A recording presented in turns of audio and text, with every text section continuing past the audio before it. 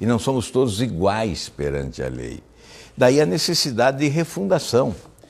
Isso começa por reformas, é claro, a reforma à Constituição, ampla reforma constitucional, que ofereça mecanismos para as mudanças no campo da administração pública. Aí você fala em reforma do Estado, você fala na reforma política, você fala não só na redução das estruturas do Poder Executivo, mas também do Legislativo, com redução do número de senadores, de deputados federais, de deputados estaduais, a eliminação dos privilégios, porque você vai falar em reforma da Previdência e tem que começar eliminando os privilégios das autoridades.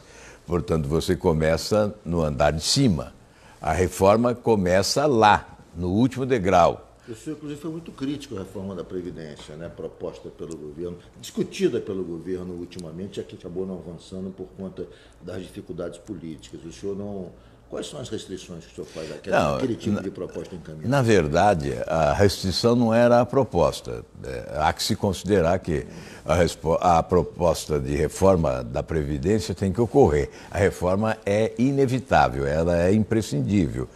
Veja, de tudo que se produz no país, 40% circula nos cofres públicos. E 65% desaparece em 2 itens, Previdência e folha de pessoal. Então é evidente que essa reforma é inadiável. Aliás, eu gostaria até que o atual presidente a realizasse já em outubro, aguardasse a realização das eleições no primeiro turno, dia 7 de outubro, aí suspenderia a intervenção do Rio de Janeiro para que pudesse o Congresso, a Câmara dos Deputados, deliberar sobre a reforma da Previdência. Tão urgente ela é. Agora, a forma... O enfrentamento da questão da Previdência tem que começar pelo setor público, porque o maior déficit não é no regime geral, é no setor público, onde estão os privilégios, onde estão as corporações que têm um poder de influência junto ao Congresso muito maior do que os mortais brasileiros, que não conseguem ter nenhum tipo de canal de pressão sobre o Congresso e, portanto, não têm condição de avançar em suas conquistas. Já o servidor público, já as corporações, elas conseguem alterar, modificar, criar mecanismos que as livram de qualquer tipo de alteração mais significativa. É exatamente por isso que eu falei em eliminar os privilégios das autoridades, né, no andar de cima. Se você for olhar os números, né, eles são perturbadores. Aí, o déficit do setor privado da Previdência é de R$ 6.000 por pessoa. No setor público é R$ 72.000 por pessoa. Veja o contraste. A aposentadoria do setor privado é R$ 1.000 e poucos reais. Exato. Em média. O setor público é de R$ 7.000. Exatamente. Essa é a média. E nós temos algumas aposentadorias especiais, como, por exemplo, a de ex-governador. Né? Eu sou um ex-governador.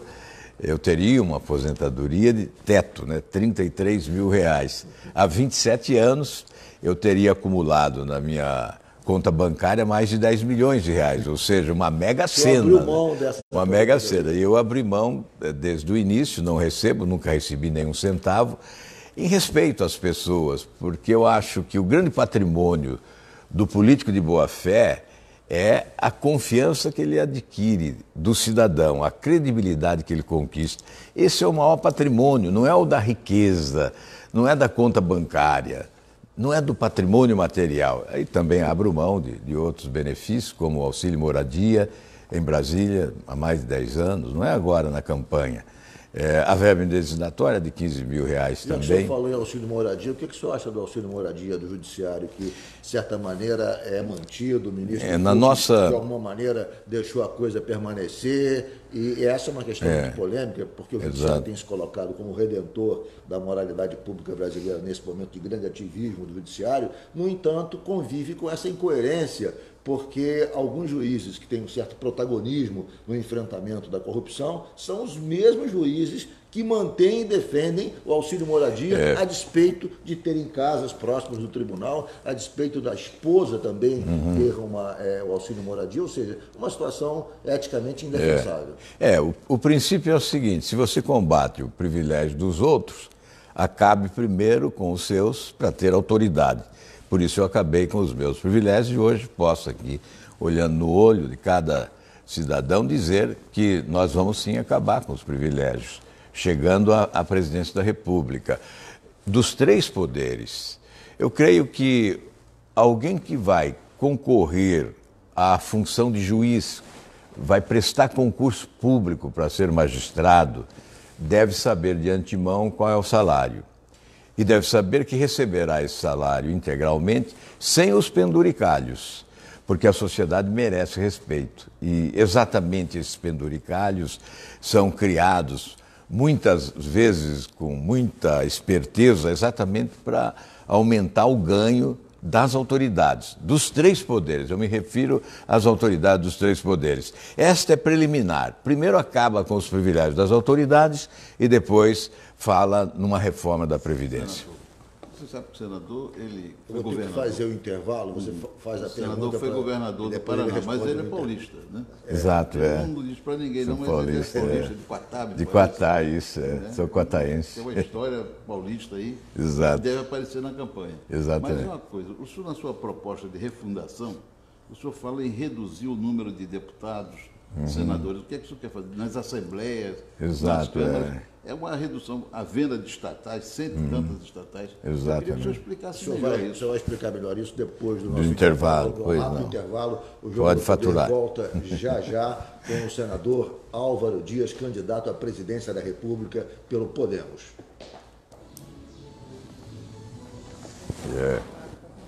Sou quataense. Eu estive lá essa semana, passei lá. Fui lá agora. Foi lá rever. É Walter. Walter Diogo. Walter Diogo.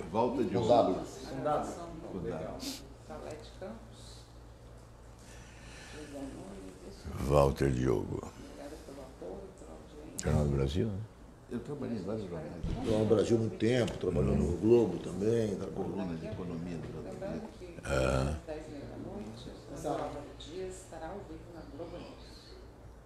Podemos voltar? Voltamos.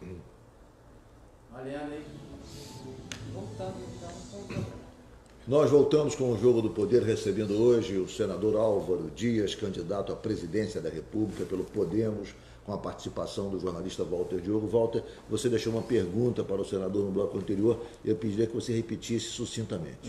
Eu queria que ele explicasse melhor esse projeto de refundação, que prevê a redução do número de deputados, senadores, Assembleia Legislativa e a venda de várias estatais. Deixa eu fazer uma pergunta. Pois não. O senhor não vai mexer no vespeiro, não? Reduzir o número de parlamentares. Sem dúvida, sem dúvida.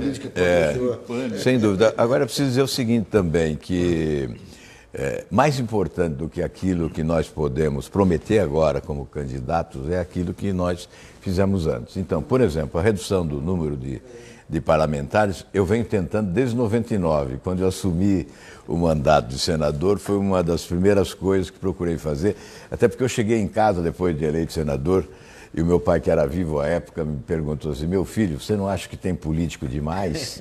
Aí eu falei: é verdade, pai, eu vou tentar diminuir o número, o senhor tem razão. E aí apresentei, depois de fazer um estudo sobre a economia, que isso significaria, as consequências, né? Então seria um legislativo mais enxuto, mais econômico e certamente mais qualificado. Nós reduziríamos 1/3 do Senado, né? Ao invés de 3 senadores por estado, teríamos 2, e proporcionalmente ao número de habitantes de cada unidade da federação, teríamos a fixação do número de deputados federais, sendo o teto 70 deputados, São Paulo, e o piso correspondendo se não me falha a memória, a 8 deputados, porque hoje um deputado em Roraima ele fala por 50 mil habitantes, em São Paulo fala por 600 mil habitantes. E a Câmara dos Deputados é a representação da população, é a representação do povo brasileiro. Quando começou, tinham 218. Quando eu fui deputado federal, nós éramos 323 deputados e funcionava melhor. Funcionava melhor hoje? E só tinham 2 partidos. Hoje nós temos 35 oficiais, né? E mais 73 na fila de espera. Uma fábrica de siglas alimentada pelo fundo partidário, que dinheiro que poderia ir para a saúde, educação, segurança pública. Por isso tem que se falar em refundação da República.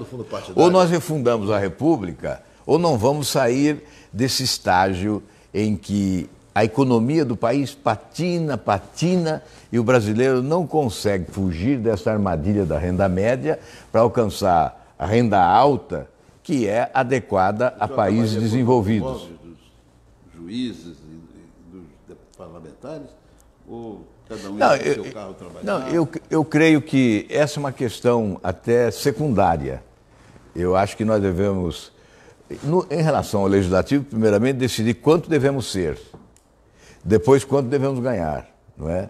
E, obviamente, eliminando todos esses penduricalhos que realmente é o que acrescentam em matéria de despesa pública. O paletó não teria? Não tem, mas esse auxílio paletó é mais folclore, né? Aqui. 88 mil. Aonde? Não tem. Não tem auxílio paletó, não.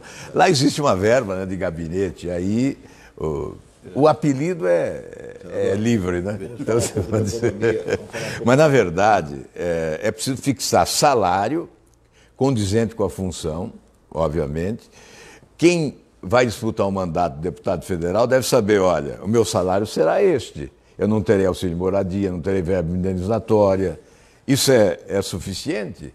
Então não dispute a eleição se achar que é insuficiente. Né? Eu queria falar um pouco de economia. Nós temos aí o governo do presidente Temer, que fez a reforma trabalhista, tentou fazer a reforma da Previdência, não conseguiu, fez aquela, enfim, instituiu o limite de gastos públicos. Mas nada disso surtiu resultado numa questão central. Óbvio que a inflação está sob controle, talvez até pela recessão econômica que nós estamos vivendo. Não há, a inflação está com, enfim, 1 em alguma coisa, uma pequena inflação, caiu a inflação nesse período, o saldo da balança comercial melhorou, mas tem uma questão central, que é a questão do desemprego. Nós temos 13% da população economicamente ativa desempregada, mais do que isso, nós temos um contingente enorme de subalocados e temos ainda aqueles desalentados que nem procuram empregos. Se somarmos esses 3 contingentes, nós chegamos a 27 milhões de brasileiros apartados do mercado de trabalho. Uma tragédia nacional. Como sair disso, senador? Olha, quando eu falo em refundação da República, falo na substituição desse sistema. Existe uma causa, porque o país é rico, um país pródigo, um país próspero, riquezas econômicas, potencialidades econômicas extraordinárias, que provocam inveja em qualquer nação do mundo. E por que temos 52 milhões abaixo da linha da pobreza, milhões de desempregados? Não são 13 milhões. Só entre os jovens de 14 a 25 anos... Quem não procura emprego não conta, né? 23...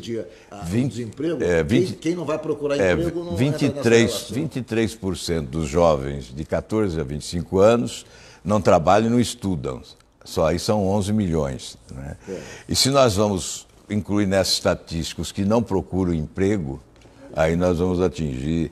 Eu cheguei a falar mais de 40 milhões, porque, na verdade, nós somos mais de 90 milhões de trabalhadores. A força de trabalho passa de 90 milhões de trabalhadores. E só 33 milhões têm carteira assinada. Então, nós não podemos considerar que estão empregados esses outros trabalhadores, que não possuem a carteira de trabalho.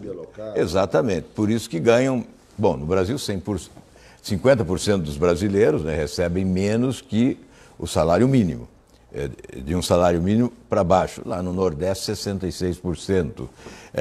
15 milhões de brasileiros sobrevivem com R$ 136 por mês. Né? E se nós formos para os outros indicadores que revelam a pobreza nacional, né, 100 milhões de brasileiros sem esgoto sanitário, 17 milhões sem acesso à coleta de lixo, 35 milhões sem acesso à água tratada. Isto tudo é um cenário de pobreza. Então nós estamos convivendo num país rico, temos uma ilha de prosperidade, de fartura, de fortuna e um oceano de dificuldades, de miséria, de infortúnio. Começa com a refundação da República, a substituição desse sistema, que é a causa. Quem tem que pedir perdão ao povo brasileiro são os governantes, eles é que fracassaram. assumiram e comandaram durante décadas um país rico, fantástico, Deus foi generoso com esse país, e não souberam aproveitar as potencialidades econômicas. Nós que queremos assumir compromissos de mudança, estamos anunciando que o ponto de partida é a substituição desse sistema. Que sistema é esse? É o sistema que rima governabilidade com promiscuidade, ou seja, é o balcão de negócios, né? É a fábrica dos escândalos de corrupção, é a matriz dos desgovernos. Esse sistema foi implantado em Brasília e ele foi transplantado, ele foi transferido para estados e municípios, distribuindo a corrupção e a incompetência. Veja o que ocorreu com o Rio de Janeiro, por exemplo. Eu até outro dia brinquei, aqui no Rio só não conseguiram roubar as belezas naturais, porque roubaram demais.